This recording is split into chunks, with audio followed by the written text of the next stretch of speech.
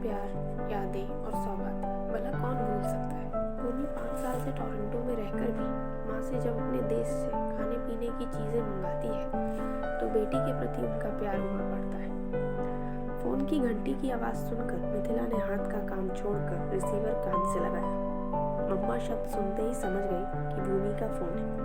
वह कुछ प्यार से, कुछ खींच से बोली, हाँ बता, अब और क्या चाहिए। मम्मा, पहले हालचाल तो पूछ लिया करो, इतनी दूर से फोन कर रही हूँ, आपकी आवाज़ सुनने की इच्छा थी। आप घंटी की आवाज़ सुनते ही मेरे मन की बात समझ जाती है। कितनी अच्छी मम्मा है आप। अब मक्खनबाजी छोड़, मतलब की बात बता। मम्मा ललित के यहाँ से थोड़ी मूंगफली मंगवा लेते, कहकर भूमि ने फोन काट दिया। मिथिला ने अपने माथे पर हाथ मारा। सामने होती तो कान खींचकर एक चपत जरूर लगा देती। ये लड़की फ्लाइट पकड़ते पकड़ते भी फरमाइश खत्म नहीं करेगी। फरमाइश करते समय भूल जाती है कि माँ की उम्र क्या है। माँ तो बस अलादीन का चिराग है, जो चाहे मांगो। भैया भाभी दोनों नौकरी करते हैं, कोई और बाजार दौड़ नहीं सकता। अकेली माँ कहाँ कहाँ दौड़। गोकुल की गजक चाहिए, प्यारे लाल का सोहन हलवा, सिकंदराबाद की रेवड़ी, जवे, कचरी, कुट्टू का आटा, मूंग की बड़ी, पापड़, कटहल का अचार और अब मूंगफली। और कहती है, माँ आप बाजरे की खिचड़ी बनाती हैं गुड़ वाली। सुनकर उनकी आंखें भर आती हैं। तू अभी तक स्वाद नहीं भूली।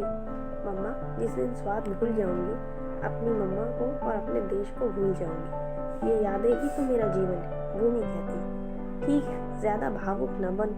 अब आऊंगी तो बाजरा गुड़ भी साथ लेती आऊंगी, वहीं खिचड़ी बनाकर खिला दूंगी। और इस बार आधा किलोग्राम बाजरा भी मिथिला ने खूब छानकर पैक कर लिया। कई बार रेवड़ी गजक खाते समय भूमि का चेहरा सामने आता था।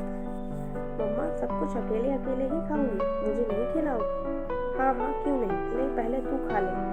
और हाथ में पकड़ी गजक हाथ में ही रह जाती। ख्यालों से बाहर निकलती तो खुद को अकेला पाती। झट भूमि को फोन मिला। भूमि, तू हमेशा मेरी यादों में रहती है और मैं तेरी यादों में। बहुत हो चुका बेटी, अब अपने देश लौटा। तेरी बूढ़ी माँ कब तक तेरे पास आती रहेगी। कहते कहते वो सुबह उठती। मम्मा, आप जानती हैं मैं वहाँ नहीं आ सकती, फिर क्यों याद दिलाकर अपने साथ मुझे भी दुखी करती है। अच्छा बाबा, अब नहीं कहूँगी, ले कान पकड़ती हूँ, अब अपने आंसू पोंछ। मम्मा, आपको मेरी आंखें दिखाई दी। बेटी के आंसू ही तो माँ की आंखों में आते हैं, तेरी आवाज़ सब कह देती है। मम्मा, आंसू पोंछ लिए मैंने, लेकिन इस बार जब तुम आओगी तो जाने नहीं दूंगी, यहीं मेरे पास रहना। बहुत रह ली वहाँ। ठीक है, पर तेरे देश की सौगातें तुझे कैसे मिलेंगी। हाँ, ये तो सोचना पड़ेगा। अब आपको तंग नहीं होना पड़ेगा। हम भारत से ऑनलाइन खरीदारी करेंगे। थोड़ा महंगा ज़रूर पड़ेगा, पर कोई बात नहीं। आपकी बेटी कमा किसे ले रही है। पता है मम्मा, यहाँ एक इंडियन रेस्टोरेंट है करीब 1.5 किलोमीटर दूर। जिस दिन भारतीय खाना खाने का मन होता है मैं वहीं चली जाती हूँ। और वहीं एक भारतीय शॉप है, शॉप से महीने भर का राशन भी ले आती हूँ।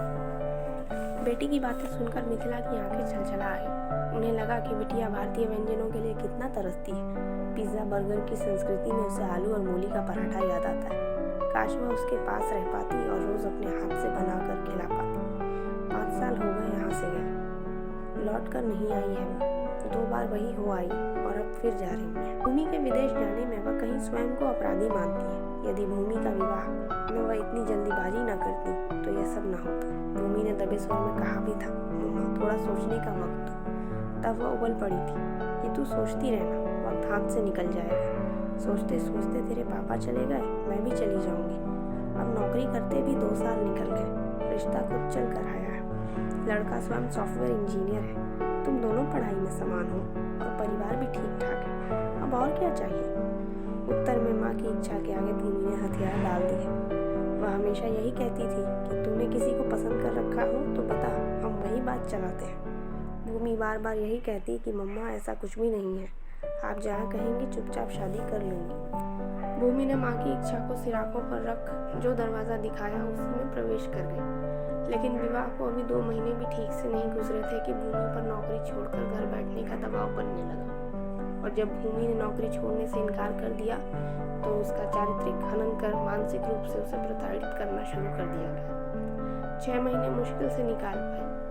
भूमि ने बहुत कोशिश की कि शादी को बचाए रखने की, पर ना बचा सकी। इसी बीच कंपनी की ओर से उसे 6 माह के लिए टोरंटो कनाडा जाने का अवसर मिला और टोरंटो क्या गई, बस वहीं की होकर रह गई।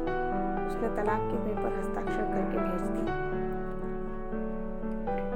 मम्मा, अब कोई प्रयास मत करना, भूमि ने कहा था। इस मृत रिश्ते को व्यर्थ ढोने से उतार कर एक तरफ रख देना ज्यादा ठीक लगा। बहुत जगह सही होगी। मैं यहाँ आराम से हूँ, सारा दिन काम में व्यस्त रहकर रात को बिस्तर पर पड़कर होश ही नहीं रहता। मैंने सब कुछ एक दुस्वप्न की तरह भुला दिया है, आप भी भूल जाओ।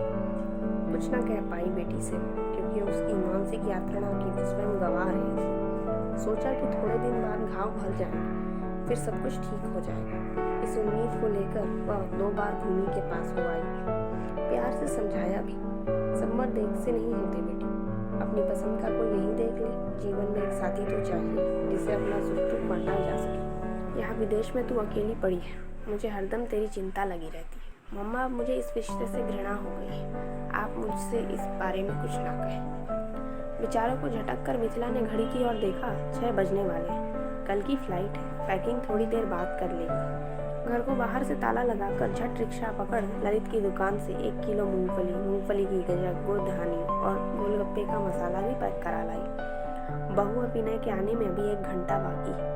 तब तक रसोई में जाकर सब्जी काटकर आटा गूंथकर रख दिया। थकान होने लगी, मन हुआ 1 कप चाय बनाकर पी ले। फिर ध्यान आया कि विनय और बहू ये सामान देखेंगे तो हंसेंगे। पहले उस सामान को बैग में से नीचे रख लो, चाय उन दोनों के साथ पी लेंगे। बहू बेटे खा पी कर सो गए। उनकी आंखों से तो नींद कोसों दूर थी।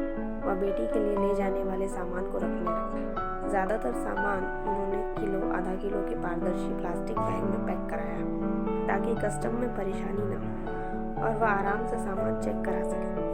भूमि के लिए कुछ ड्रेस और आर्टिफिशियल ज्वेलरी भी खरीदी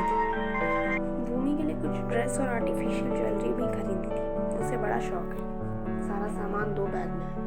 अपना सूटकेस अलग। मन में संकोच हुआ कि विनय और बहू क्या कहेंगे। इतना सारा सामान कैसे जाएगा? जब से आतंकवादियों ने धमकी दी है, चेकिंग भी सख्त हो गई है। भूमि ने तो कह दिया कि मम्मा चिंता न कर, अतिरिक्त भार का पेमेंट कर देना, और यदि खोल कर देखें तो। उनकी इस सोच को अचानक ब्रेक लगा जब विनय ने पूछा, मम्मा आपकी पैकिंग पूरी है, कुछ छूटा तो नहीं? वीजा, टिकट और फॉरेन करेंसी सहेज कर रख ली?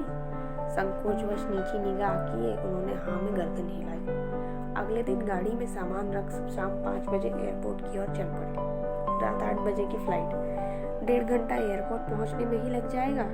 फिर काफी समय सामान की चेकिंग और औपचारिकताएं पूरी करने में निकल जाता है। मिथिला रास्ते भर दुआ करती रही कि उनके सामान की गहन तलाशी न हो, लेकिन सोचने के अनुसार सब कुछ कहाँ होता है। वही हुआ जिसका मिथिला को डर था। बैग खोले गए और रेवड़ी, गजक व दलिये का पैकेट देखकर कस्टम अधिकारी ने पूछा, मैडम यह सब क्या है? अचानक मिथिला के मुंह से निकला, ये जो आप देख रहे हैं इस देश का प्यार है, यादें हैं, सौगातें। कोई इनके बिना विदेश में कैसे जी सकता है? मेरी बेटी 5 सालों में भी इनका स्वाद नहीं भूली। यदि मेरे सामान का वजन ज्यादा हो तो आप कस्टम ड्यूटी ले सकते हैं। मिथिला का उत्तर सुनकर कस्टम अधिकारी ने आंखों से इशारा किया और वह अपने बैग को लेकर बाहर निकल गई। तभी मन में विचार कौंधा कि कस्टम अधिकारी भी मेरी बेटी की तरह अपने देश को प्यार करता है, तभी मुझे यूँ जाने दी। हालांकि ना तो भार अधिक था और ना उनके पास ऐसा कोई आपत्तिजनक सामान था जिस पर कस्टम अधिकारी को ऐतराज होता। उन्होंने स्वयं सारा सामान माप के अनुसार पैक किया था। बैग खोलकर एक रेवड़ी का पैकेट निकाला और दरवाजे से ही अंदर मुड़ी। बोली, सर एक माँ का प्यार आपके लिए भी, इनकार मत करिएगा। कहते हुए पैकेट कस्टम अधिकारी की ओर बढ़ाया। थैंक यू मैडम कहकर अधिकारी ने पैकेट पकड़ा, आंखों से लगाया और चूम लिया। मिथिला मुस्कुरा पड़ी। कहानी पसंद आई हो तो इसे लाइक शेयर जरूर करें। चैनल पर नए हैं तो चैनल को सब्सक्राइब करके बेल आइकन जरूर प्रेस करें। मिलते हैं एक और नई कहानी के साथ। धन्यवाद।